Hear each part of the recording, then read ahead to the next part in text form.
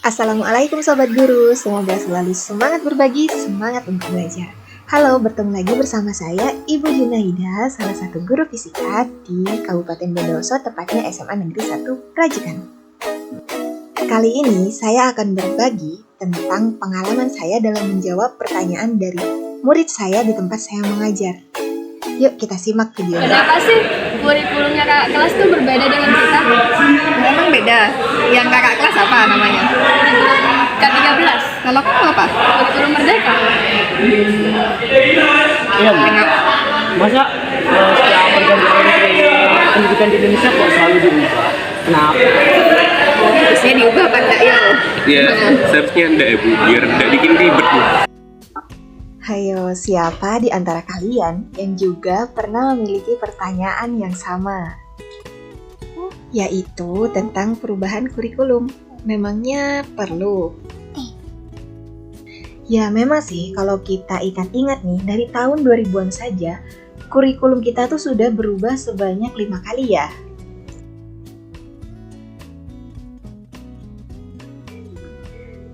Nah, yuk izinkan saya untuk berbagi informasi yang sudah saya pelajari dari pelatihan mandiri di platform Merdeka Mengajar tentang informasi mengapa sih kurikulum harus berubah. Tapi sebelum itu kita harus pahami terlebih dahulu, apa sih kurikulum itu?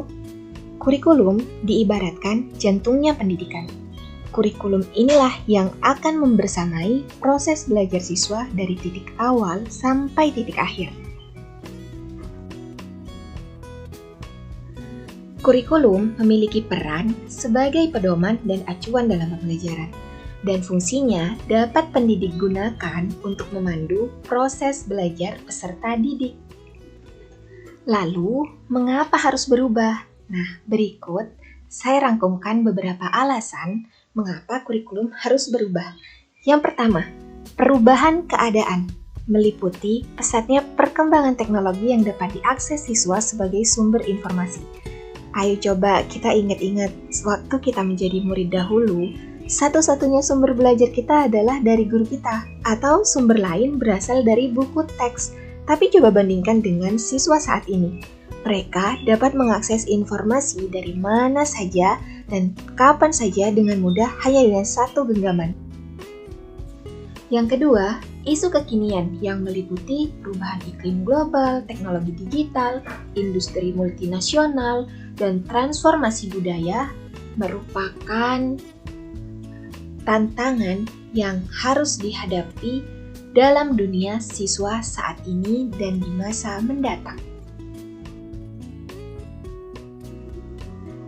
Tantangan yang akan dihadapi oleh siswa tersebutlah yang menyebabkan alasan yang ketiga, yaitu perubahan kompetensi dan keterampilan yang dibutuhkan oleh siswa di masa kini dan mendatang. Jadi, kurikulum dapat berubah. Dan ingat, kurikulum yang baik adalah kurikulum yang sesuai zamannya.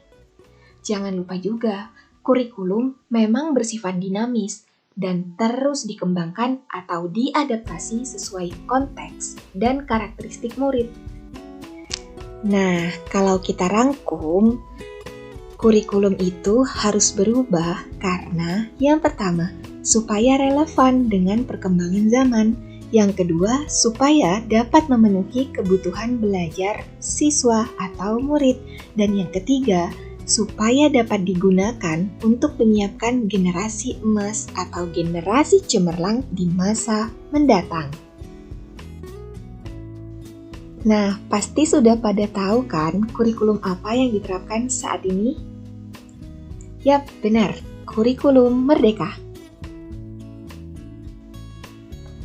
Kurikulum Merdeka memiliki 3 karakteristik utama. Yang pertama, pengembangan soft skill dan karakter melalui proyek penguatan profil pelajar Pancasila.